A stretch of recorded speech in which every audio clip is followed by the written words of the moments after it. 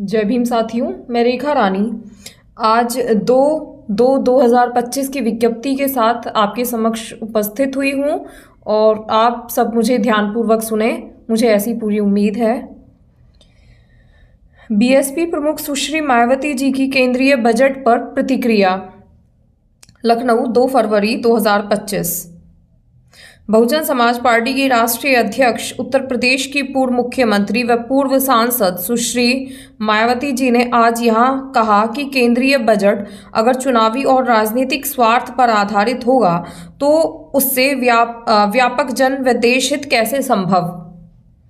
केंद्र सरकार का बजट विशुद्ध रूप से देश की प्रगति अर्थात करोड़ों गरीबों, मजदूरों, किसान और अन्य मेहनतकशों के साथ साथ खासकर दलितों, आदिवासियों व पिछड़ों और धार्मिक अल्पसंख्यकों के हित का कल्याण को साधने वाला, बहुजनों का हितैषी होना जरूरी। तभी विकसित भारत का सपना और लक्ष्य की प्राप्ति आज नहीं तो कल संभव हो पाएगी। केंद्रीय बजट पर आज थोड़ा विस्तार से अपनी प्रतिक्रिया व्यक्त करते हुए सुश्री मायावती जी ने कहा कि वैसे तो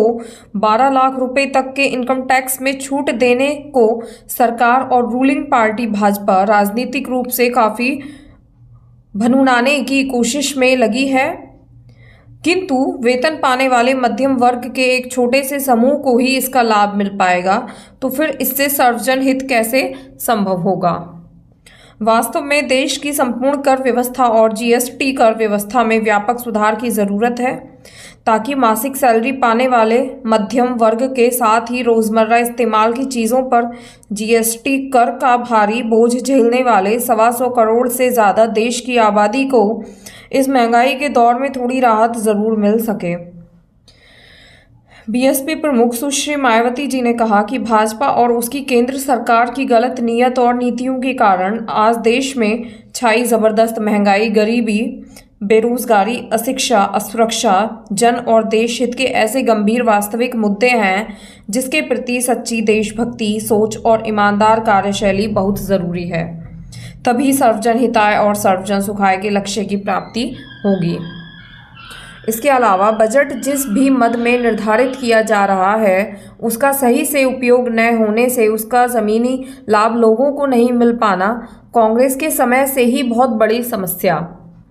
इतना ही नहीं बल्कि बजट का सही आकलन, सही निर्धारण और बिना